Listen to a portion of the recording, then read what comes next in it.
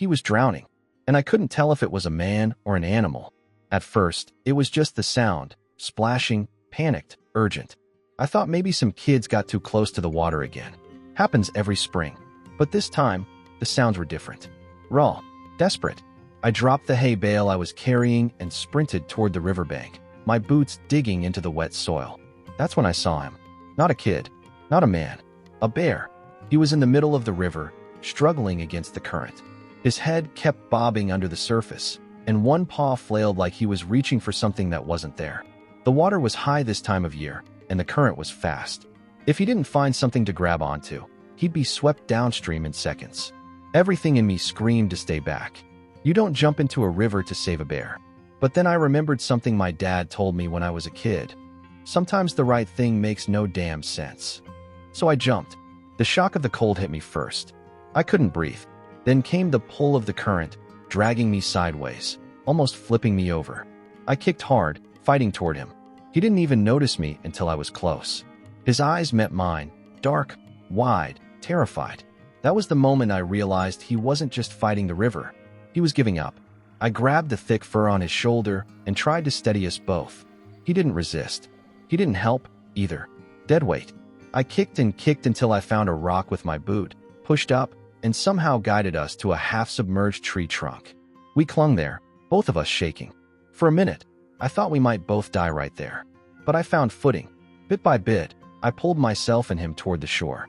My hands were scraped raw from bark and stone, my back screaming. But we made it.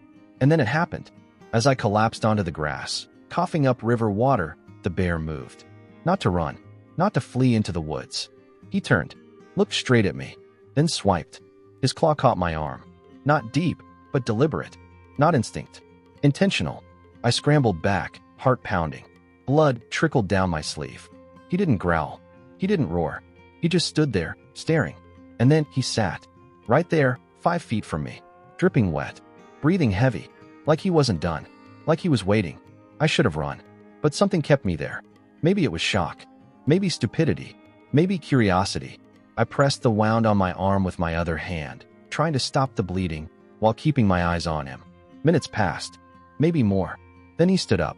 Not like a wild animal startled by sound. No, it was calm. Controlled. He turned away, walked along the riverbank, toward the trees, then stopped, and looked back, just once, and disappeared. I sat there another 10 minutes before I forced myself to move. My legs felt like stone. When I finally got to my feet and limped home, I didn't say a word to anyone. Not that day. That night, I bandaged my arm and stared at the ceiling. Something in me had shifted. I didn't know it yet, but saving that bear was just the beginning. A week passed. Long enough for the scabs on my arm to dry and itch like hell, but not long enough for me to stop thinking about him. The bear. I didn't tell anyone.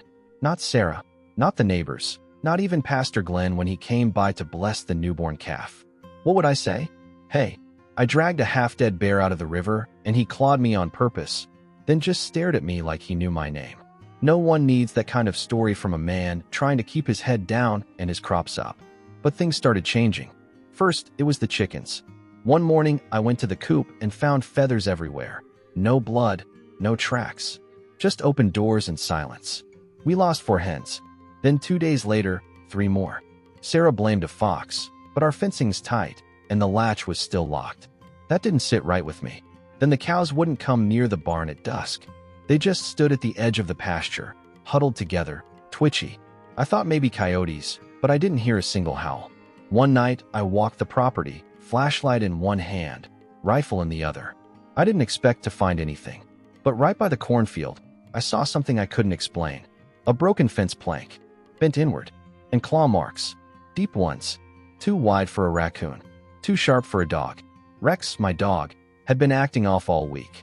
Normally, he'd run to greet me every morning, tail wagging, tongue lolling out like a goofball. But since the river, he kept his distance. Stared a lot. Didn't bark. Didn't eat much. Then came Saturday morning. I was fixing the hinge on the shed when I heard growling. Low, not playful. Rex stood 10 feet away, head low, shoulders stiff. His teeth were bared. I stood up slowly, wiping my hands on my jeans. Hey, buddy, what's going on? He lunged. Not at my face. At my leg. sank his teeth into my calf before I even moved. I fell back, yelling, and kicked out. He let go, stumbled back, then ran toward the trees. Gone. Sarah came running from the house, screaming my name. We spent an hour looking for him, calling until our voices cracked. He didn't come back. Sarah made me sit on the kitchen counter while she cleaned the bite. Something's wrong, Mike, she said. Rex doesn't just snap like that. And the chickens? The cows? This place feels wrong. I didn't answer. I was stuck on the way Rex had looked at me. Not rabid. Not scared. Accusing. Sarah saw the look in my eyes and stepped back. This all started after the river, didn't it? She said. Still, I didn't speak. You never told me what happened that day. You came back bleeding, didn't say a word. I know you. Something happened. I looked out the window. The trees behind the barn swayed slightly in the wind. I pulled the bear out, I said quietly. He was drowning. I saved him. Sarah didn't say anything. He didn't run. I continued. He sat there, looked at me, then scratched me and waited. Then just left. I expected her to laugh, or call me crazy, or both. Instead, she leaned on the counter and whispered, "You think he came back?" I wanted to say no. I needed to say no. But instead, I said, I don't know. That night, I dreamed about water. Fast, black water, and eyes staring at me from beneath it. When I woke up, I felt like something was watching me through the bedroom window. But when I looked, there was nothing there. Just trees. The next morning, I drove into town and bought a set of trail cameras. The good kind. Motion activated, night vision, waterproof. I didn't tell Sarah what I was doing. Just said I needed to check the fence line. She didn't press. Not anymore. By dusk, I had 4 cameras set up, one facing the chicken coop, one by the barn, another at the tree line, and one aimed directly at the back door. I checked the batteries 3 times. Then I waited. That night, I barely slept. Every creak of the floorboards made my heart jump. I stayed on the couch, shotgun across my lap. Nothing came. But when I checked the footage the next morning, something had. At 2:15 a.m., the camera by the back door activated. I fast-forwarded, expecting a raccoon or maybe a deer. Instead, there he was. The bear. He stood just outside the glow of the porch light, head low, shoulders hunched. He didn't move, just stared, straight at the door, for 17 minutes. Then he turned and walked off. Slow, calm. I checked the other cameras. The one by the coop showed movement, but the lens was cracked, like something had swiped at it. The footage glitched, skipped. All I caught was a shadow. That afternoon, I showed Sarah. She watched the video without saying a word. When it ended, she turned off the laptop, took out her phone, and called her mother. By sunset, she and Emily were packed. I stood on the porch as she loaded the last bag into the truck. "You're not coming with us?" she asked. I shook my head. "I need to figure out what this is." She looked at me like I was a stranger. Then she got in, buckled Emily in the back seat, and drove off without another word. That night, the bear didn't come. The next night, he did. 3 in the morning. This time, I was awake. I didn't need the footage. I heard the crunch of gravel, then the sound of something heavy brushing against the side of the house. I stepped outside, barefoot, shotgun in hand. He was standing by the chicken coop. I didn't aim at him, just stood there. "What do you want?" I said. He didn't move, didn't blink. I stood there for what felt like an hour. My feet went numb. My heart thudded in my ears. Eventually, he turned and disappeared into the dark. I went inside and grabbed my keys. I had one person left to talk to. It took me 20 minutes to drive to the ranger station. Just a wooden shack on the edge of town, near the forest line. The porch light was on. I knocked once. The door opened. "Mike." It was Jesse, the local game warden. We went to high school together. He looked older now. Tired. "You seen anything weird in the woods lately?" I asked. His face went pale. "Come inside." The office smelled like burnt coffee and wet boots. Maps on the walls, a rifle leaning in the corner. Jesse poured us both a cup of coffee and sat across from me. "What do you know?" he asked. I told him everything. The river, the bear, the scratches, the cameras. He didn't interrupt, just listened. When I finished, he rubbed his face and sighed. "I've been finding carcasses," he said. "Not just dead, torn up, in ways I've never seen. Wolves." He shook his head. "Too clean. And no scavengers touch them afterward. Even the crows avoid them." I swallowed hard. "You think it's the same bear?" He nodded slowly. "But it ain't just one." My stomach turned. "How many?" He didn't answer, just looked toward the window. Outside, the trees swayed in the wind. "You need to be careful, Mike," he said finally. "Something's off in those woods. Real off." I left the station with more questions than answers. On the drive home, I kept glancing at the tree line, and every time I looked away, I swore I saw eyes in the mirror. I woke up before the sun. No dreams, no sounds, just a heavy weight in my chest that told me I needed to go back into those woods. It wasn't fear. It wasn't curiosity. It was something deeper. A need to face what had started the moment I reached into that river and pulled something out that shouldn't have been saved. Jesse's words haunted me. "It ain't just one." I packed light. Flashlight, canteen, hunting knife, and my old rifle. The one Dad gave me when I turned 18. I wasn't planning on using it. Not unless I had no choice. But a part of me wondered if I was carrying it more for comfort than defense. The trail behind my property cuts deep into the forest, winding through thick pines and overgrown brush. I knew it well. Hiked it every fall. But this time, it felt different. Quieter. Wrong. The usual rustling of squirrels or birdsong was absent. Even the insects seemed to be holding their breath. I checked over my shoulder more times than I care to admit, each time finding nothing but the sway of branches and my own tracks behind me. About 3 miles in, I found tracks. Not fresh, but clear. Deep paw prints in the mud. Bigger than anything I'd ever seen. Too big to be a normal black bear. The claws etched deep into the soil like knives. I followed them. They led me to a ridge overlooking a narrow clearing. My stomach dropped. Below, half hidden in the shadows, was a den. Large, dug into the side of a hill. Fresh earth piled around the opening. The kind of den that said this wasn't temporary. This was home, and not empty. One bear emerged. Then another, and a third. They didn't fight, didn't growl. They moved with purpose. Smooth, intentional, like they were operating under some unspoken plan. 2 of them circled a pile of bones. Animal bones, I hoped.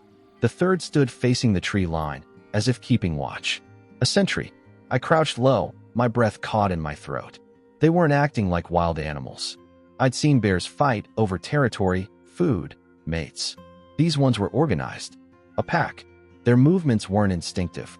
They were coordinated. And one of them, the biggest, had a scar across his shoulder. A long one. Just like the bear I pulled from the river. It was him. He lifted his head, sniffed the air. I didn't move, didn't blink. He turned, looked straight at me. I backed away slowly, staying low. My boots crushed pine needles and snapped a twig. That was all it took. They bolted, not away, toward me.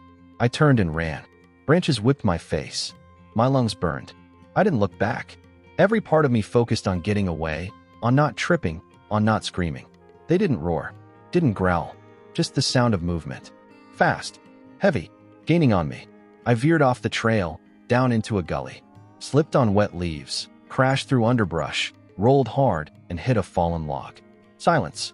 I waited. Nothing. They were gone. Or they let me go. I pushed myself up, bruised and bleeding, and stumbled toward the ranger's cabin. Every step felt like a mile. I kept expecting to hear a branch snap behind me, or see eyes watching from the brush. Maybe Jesse would know what to do. Maybe he'd already seen them. But when I got there, something was wrong. The door was open. The frame splintered. Inside, the room was wrecked. Papers everywhere. Coffee pot shattered. Map torn from the wall. A photo of Jesse with his wife and kids lay on the floor, face down. Blood on the floor. Not a lot. Just enough to say someone got hurt. His rifle was still in the corner. But Jesse was gone. I stood there for a full minute, then backed out and started running. It was the kind of fear that sits low in your stomach, turns every shadow into a threat.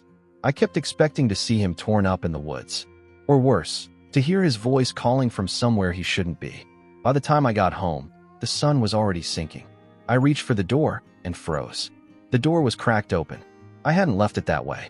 I stepped inside slowly, heart pounding. The living room was untouched. Kitchen the same. But in the hallway, muddy paw prints. Leading from the back door to the stairs. Up to the second floor. I raised my rifle and crept upward, step by step. Each creak of the wooden steps was deafening. Bedroom, empty. Bathroom, empty.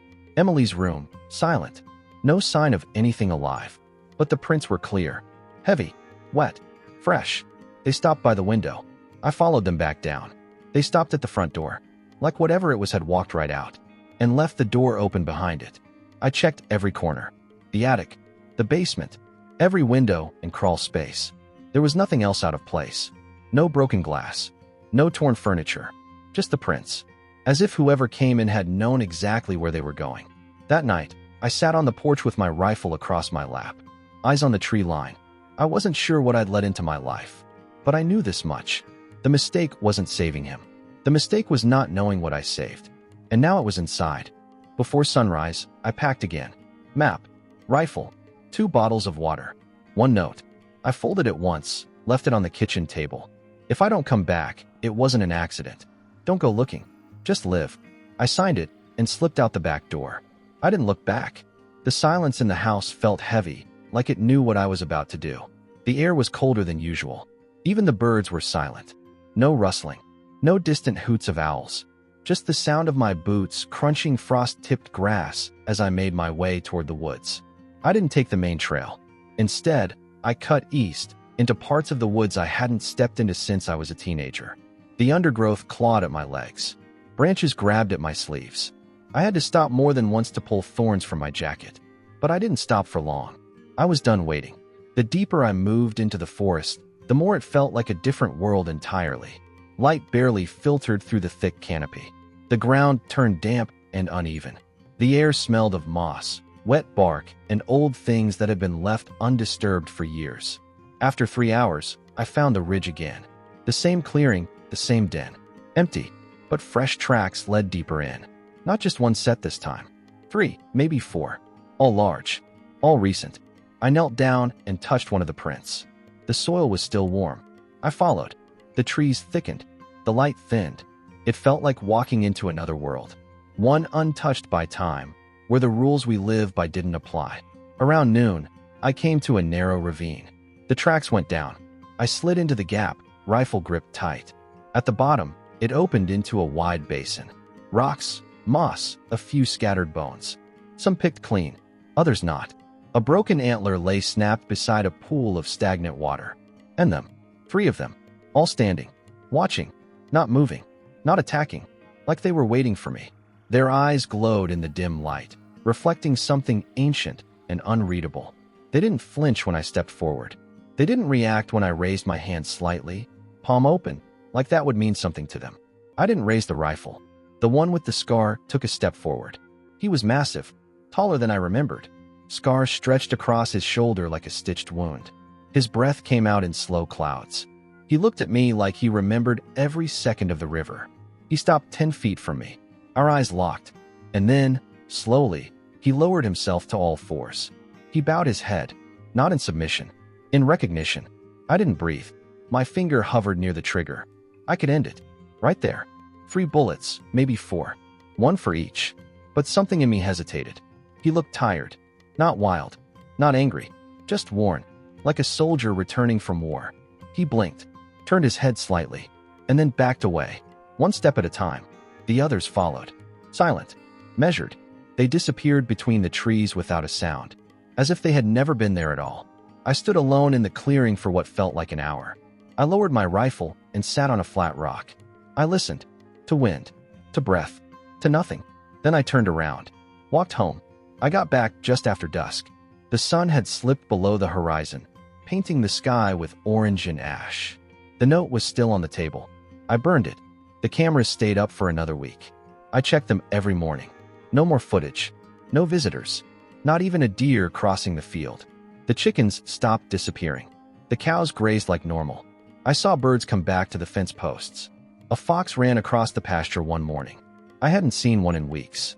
Rex never came back. His collar still hung by the back door, where Sarah had left it. But the other animals calmed. 3 days later, Sarah returned with Emily. They pulled into the driveway as if nothing had changed. She stepped out of the truck, looked at me, and said nothing. Just nodded. That was enough. She asked no questions. I gave no answers. We fixed the coop together, replanted the corner of the garden, put fresh hay in the barn. Life moved on. The neighbors started coming around again. Pastor Glenn dropped off a pie and didn't mention the bruises on my arm. Everyone acted like it had just been a quiet week. But I knew better. At night, sometimes I sit on the porch, eyes scanning the tree line. The woods are still now. The fear is gone. But something lingers. Not with fear, with a strange kind of understanding. I don't know what I let walk out of that river, but I know it let me walk away. And for now, that's enough.